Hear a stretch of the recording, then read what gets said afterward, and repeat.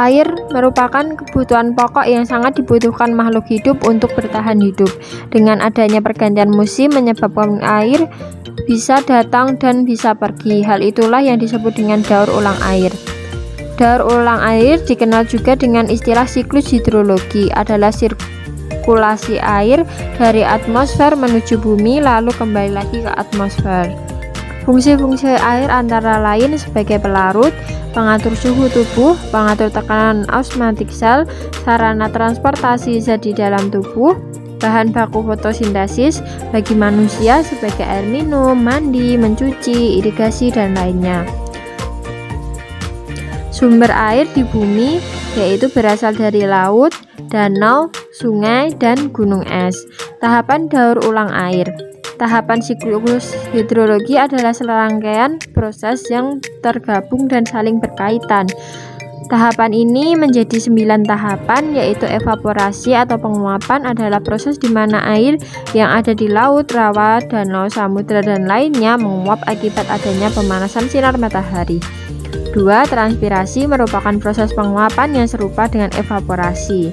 Hanya saja proses penguapan ini terjadi pada jaringan makhluk hidup.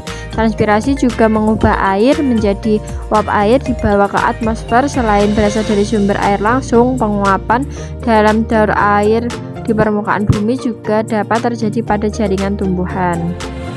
Yang ketiga, kondensasi.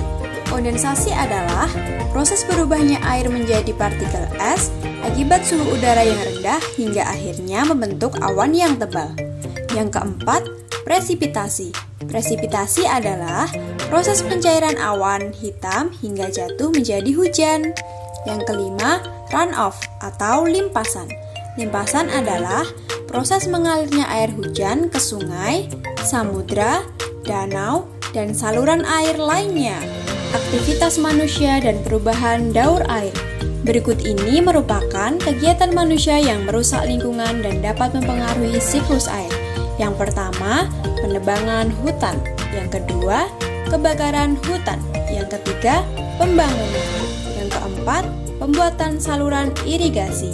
Yang kelima, penggunaan secara boros dan berlebihan. Yang keenam, membuang sampah secara sembarangan. Dan yang terakhir, penutupan permukaan tanah dengan aspal. Siklus air di bumi dapat terjadi dalam 3 model siklus.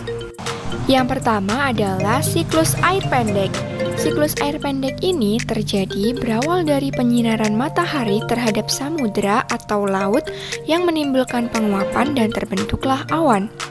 Karena awan jenuh, maka terjadilah hujan di laut tanpa melalui daratan. Yang kedua adalah siklus air sedang atau menengah.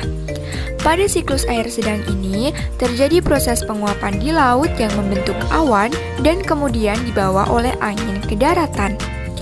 Karena awan dalam kondisi jenuh air, maka terjadilah hujan di daratan. Air hujan ini kemudian membentuk aliran sungai dan aliran permukaan yang lain kembali mengalir ke laut. Dan yang terakhir adalah siklus panjang. Siklus air secara panjang terjadi diawali dengan penguapan perairan yang membentuk awan. Awan yang terbentuk di lautan tersebut dibawa oleh angin ke daratan. Awan mengalami kondensasi sampai kondisi jenuh air sehingga menjadi hujan.